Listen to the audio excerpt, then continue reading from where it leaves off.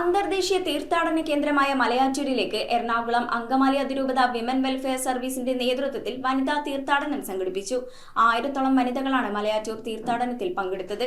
ഭക്തിനിർഭരമായ അന്തരീക്ഷത്തിൽ പൂർത്തിയാക്കിയ മലയാറ്റൂർ തീർത്ഥാടനത്തിന് വിവിധ വൈദികരും സന്യാസികളും നേതൃത്വം നൽകി. വിശ്വാസത്തിന്റെ കരുത്തുമായി ആയിരക്കണക്കിന് വനിതകൾ മലയാറ്റൂർ പൊന്മല കയറി. അങ്കമാലി മേജർ അതിരൂപത വിമൻ വെൽഫെയർ സർവീസിന്റെ നേതൃത്വത്തിലായിരുന്നു തീർത്ഥാടനം. Kurisumudi vice rector father Jose ഒഴലക്കാട്ട് പ്രാർത്ഥനാ ശുശ്രൂഷകൾക്ക് കാർമ്മികത്വം വഹിച്ചു. അതിരൂപത ഡയറക്ടർ ഫാദർ പോൾ ചെറുപിള്ളി സന്ദേശം നൽകി. Jainy Samraj, advocate Molly Boban, sister Amal, sister little Therese, Mini Chirappanath, father Johnson Valooran, father Alan Kaliyankara, father Antony Naduvathussery, sister Kripa Maria എന്നിവർ മലകയറ്റത്തിന് നേതൃത്വം നൽകി. അടിവാരത്തെ മാർത്തോമാ ശ്ലീഹായുടെ രൂപത്തിനു മുന്നിൽ മെഴുകുതിരികൾ കത്തിച്ച് പ്രാർത്ഥന ചൊല്ലിയാണ് മലകയറ്റം ആരംഭിച്ചത്. തീർത്ഥാടന പാതയിലെ 14 സ്ഥലങ്ങളിലും കുരിശിന്റെ വഴി നടത്തി. വിവിധ ഇടവക പള്ളിയിൽ നിന്നായി 1000-ഓളം വനിതകളാണ് പൊന്മല കയറിയത്. News bureau, Ernakulam.